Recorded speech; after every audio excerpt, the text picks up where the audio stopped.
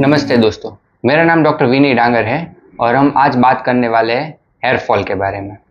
Hair fall मतलब बालों का झड़ना शरीर के किसी भी भाग में से, ठीक है।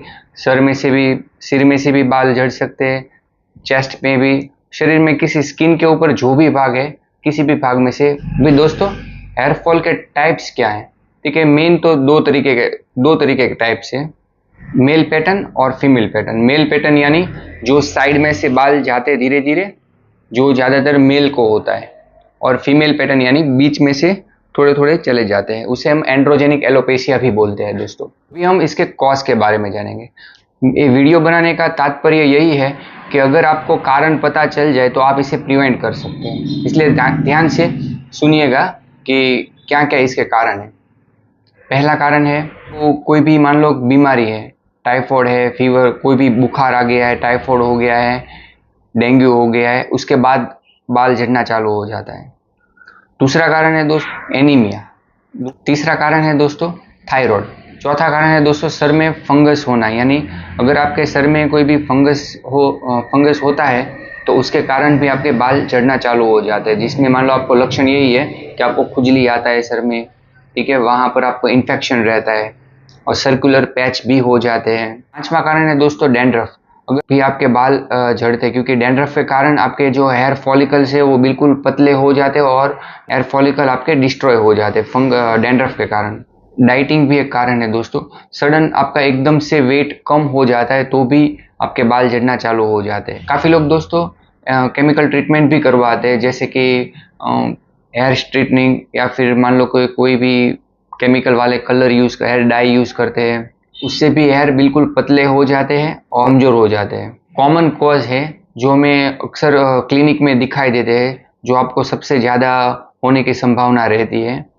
पहला है हाइपोविटामिनोसिस, यानी मान लो कि आपके शरीर में विटामिन की कमी होना, जैसे कि विटामिन B12, फिर है calcium, vitamin D3, protein, iron, ये सब काफ़ी लोग में कमी होती है क्योंकि डाइट अपना सही नहीं रहता है, ठीक है ना। जो मान लो हेल्दी डाइट हो, फुल डाइट नहीं खाते हैं, बाहर का जंक फूड ज़्यादा खाते हैं, इसीलिए आपको हाइपोविटामिनोसिस का शक्यता बहुत ज़्यादा रहता है। स्ट्रेस, अगर आपको मान लो स्ट्रेस है और आपका नींद बिल्कुल डिस्टर्ब है, ठीक है, रात का जॉब होता है, कभी दिन का जॉब होता है, तो आपका स्लीप का जो साइकिल होता है वो डिस्टर्ब होता है, और वो भी एक कारण देखा गया है कि जिसमें आपको हेयर फॉल होते हैं। अनहाइजीनिक फूड दोस्तों, बहुत ज़्यादा आप मान लो कि बाहर का खाते हैं तो उसमें भी आपको हेयर फॉल होने के चांसेस, क्योंकि उसमें मान लो आप स्पाइसी खाते हो, जंक फूड खाते हो, तो उससे क्या होता है, जो सर में जो नेचुरल ग्लैंड, जो ऑयल सिक्रेटिंग ग्लैंड होते हैं, वो उनका जो प्रोडक्शन होता है वो थोड़ा डिस्टर्ब हो जाता है। अभी एक कॉमन कंडीशन भी देखा गया है, जो भी मान लो कि हमारे पास अगर 10 पेशेंट आएंगे तो 10 में से 8 लोग को उनको मान लो कि एक तो वो पानी बहुत कम पीते हैं, डिहाइड्रेटेड रहते हैं, या उन्हें प्यास बहुत कम लगता है।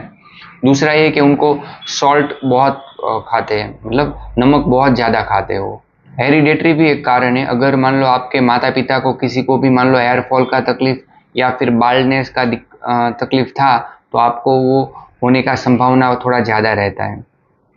फीमेल्स में दोस्तों हेयर फॉल के क्या क्या रीज़न है वो मैं आपको भी बताता हूँ। पहला रीज़न दोस्तों ये है कि जो भी फीमेल ने मान लो बेबी को बर्थ दिया है, जन्म दिया है, तो पहला रीज़न दोस्तों यही है कि मान लो कि किसी भी माँ ने बच्चे को जन्म दिया है तो उस टाइम पर उनके हार्मोनल चेंजेस होते हैं शरीर में और बाल झड़ते हैं उसी समय। दूसरा ये चीज़ है कि प्रेगनेंसी के टाइम में भी उनका मान लो कि हेयर फॉल का दिक्कत ज़्यादा होता है, क्योंकि उस समय उनको एनीमिया का मान लो या हाइपोविटामिनोसिस का चांसेस बहुत ज़्यादा रहते हैं। फीमेल में भी एक कारण देखा गया है कि जो मान लो अपना हेयर स्टाइल, जिसे हेयर पुल होते हैं, जिसे हम ट्रैक्शन एलोपेशिया बोलते हैं, मतलब आगे से लेकर पीछे से टाइट बांधते हैं, अपने बाल बांधते हैं, उसके कारण भी हेयर फॉल होने के चांसेस रहते हैं। और एक कारण है दोस्तों मेनोपॉज, जब 40 या 45 उम्र के बाद जब मान लो उनका पीरियड ख़त्म हो जाता है या बंद हो जाता है, उस समय हार्मोनल चेंजेस के कारण भी उनके बाल ज़्यादा झड़ते हैं दोस्तों। अभी दोस्तों आपको अपने डॉक्टर से कब दिखाना चाहिए हेयर फॉल के बारे में? जब एक्सेसिव हेयर फॉल होता है, जैसे कि कि आपके हेयर डेली फॉल होते हैं। मान लो कि जैसे आप पिलो के ऊपर देखोगे या फिर कॉम्ब करने के टाइम में भी आप देखोगे बहुत ज़्यादा हेयर गिर रहे, या फिर सिंक में देखोगे हेयर वॉश करने के समय भी आप देखोगे कि आपके हेयर बहुत ज़्यादा गिर रहे हैं। दूसरा कारण ये है कि स्काल्प दिखाई देने लगेगा। जब आपके हेयर बिल्कुल पतले हो जाते हैं तो आप धीरे धीरे देखोगे कि अपने आपके स्काल्प का जो स्किन होता है वो आपको दिखाई देगा। आप देखोगे कि आपका बाल का जो पॉनी टेल है वो भी छोटा होने लगेगा। आपके नहाने के टाइम या फिर ब्रश करने के टाइम आपके बाल जैसे टूट जाते हैं बीच में से, या फिर दो मुंह वाले हो जाते हैं, तब आपको तुरंत अपने डॉक्टर के पास दिखा देना चाहिए। अभी दोस्तों इसमें हम परहेज क्या रखेंगे कि मान लो कि बाल एक तो झड़ना बिल्कुल बंद हो जाए और जैसे बाल आपके थिक होने लगे धीरे धीरे। पहली परहेज में यही रखना है दोस्तों कि आपको मान लो कि अपने बालों को सनलाइट से प्रोटेक्ट करना है। मान लो आप बहुत ज़्यादा धूप में जाते हैं या बाइक चलाते हैं तो अपने हेयर को हो सके उतना सनलाइट से प्रोटेक्ट कीजिएगा। दूसरी चीज़ ये दोस्तों, आपको सिगरेट स्मोकिंग बिल्कुल बंद करना है और हो सके उतना प्रोटीन वाला डाइट ज़्यादा लेना है। तीसरा कारण दोस्तों ये है कि आपको अपने स्काल्प का मसाज, जब हेयर ऑयल करते हैं या फिर नहाने के टाइम जाते तब स्काल्प का मसाज अच्छे से करना है दोस्तों। उससे क्या होगा, वहाँ ब्लड का सर्कुलेशन सही से। आपको फ्रूट्स बहुत ज़्यादा खाने चाहिए इसमें, जैसे कि ऑरेंजेस खाना चाहिए, एप्पल है, बनाना है, जिसमें पोटेशियम की मात्रा बहुत ज़्यादा होती है। और माइक्रोन्यूट्रिएंट्स है, मैक्रोन्यूट्रिएंट्स है, वो आपके हेयर के जो टिश्यू बिल्डिंग है उसमें बहुत ज़्यादा मदद करते हैं, हेयर के ग्रोथ में बहुत ज़्यादा मदद करते हैं दोस्तों। हो सके उतना पानी पीना चाहिए, जितना पानी पिएंगे उतना ही आपको ज़्यादा फायदा रहेगा, क्योंकि ज़्यादातर हमने देखा है डिहाइड्रेटेड पेशेंट में हेयर फॉल की संभावना थोड़ा ज़्यादा रहती है दोस्तों। मान लो स्ट्रेस है, आपका स्लीप डिस्टर्ब है, तो आपको कोशिश करना है कि बरोबर नींद पूरा ले। और नींद पूरा लेने का मतलब ये है कि आपको जब मान लो सोने के टाइम एक फिक्स टाइम रखना है कि 9 बजे के बाद आपको सो जाना है, मतलब सो जाना है, तब आपको मोबाइल या कोई भी चीज़ साथ में नहीं रखना है। अगर आपका नींद पूरा होगा और स्ट्रेस कम होगा तो आपका बॉडी अपने आप रीएडजस्ट करेगा और आपका जो हेयर का जो शेडिंग है वो धीरे धीरे कम होने लगेगा। और कारण भी आपको ध्यान रखना है कि मान लो आप अपने बालों में ज़्यादा शैम्पू करते हैं तो नेचुरल ऑयल जो होता है स्काल्प में और बालों में वो चला जाता है, आपके बाल ज़्यादातर रफ और ड्राई हो जाते हैं। तो एक्सेसिव मान लो शैम्पू यूज़ नहीं करना है, कोई भी हो सके उतना केमिकल डाई है या वो एक्सेसिव ज़्यादा नहीं करना है, हो सके उतना हर्बल यूज़ कीजिएगा। होम्योपैथिक का इसका ट्रीटमेंट सबसे बेस्ट है और मान लो परमानेंट होता है। मेरी सलाह यही रहेगी दोस्तों कि अगर आपका हेयर फॉल होता है तो अपने नज़दीकी अच्छे होम्योपैथिक डॉक्टर के पास ट्रीटमेंट लीजिए, फिर आप हमें ऑनलाइन कंसल्ट भी कर सकते हैं। तो दोस्तों अभी जो कॉमन मेडिसिन है जो सबसे अच्छा रिजल्ट देती है, जो आपको भी फ़ायदा कर सकती है, और कॉमन मेडिसिन जो है जो हम रेगुलर बेसिस पर यूज़ करते हैं उसके बारे में हम थोड़ा आपको बताएंगे। पहला मेडिसिन है दोस्तों फॉस्फरस 1 mg वीकली 3 टाइम्स। इसका लक्षण यही है कि आपको मान लो एक्सेसिव डैंड्रफ होता है, एक्सेसिव हेयर फॉल होता है बंच में, जैसे आप मान लो कॉम्ब करोगे तो हाथ में बहुत सारे बाल आ जाते हैं और आपके हेयर फॉल के बाद आपका बाल्डनेस रहता है, मतलब आपके गंजापन आने का संभावना रहता है, नए बाल कम उगते हैं और पतले भी हो जाते हैं। दूसरा मेडिसिन है नेट्रम्यूर 200 जो आपको दिन में एक बार लेना चाहिए। उसका लक्षण यही है दोस्तों कि आपको पहले तो सर में आपको वाइट डैंड्रफ होता है, दूसरा चीज़ कि आपको वहाँ पर एक्सेसिव स्काल्प में बहुत ज़्यादा प्रस्पिरेशन होता है, आपका जो स्किन होता है वो बहुत ज़्यादा ऑयली होता है, हेयर जो स्प्लिट हो जाते हैं। तीसरा मेडिसिन है दोस्तों थूजा 200 जो आपको डेली दिन में एक बार लेना चाहिए।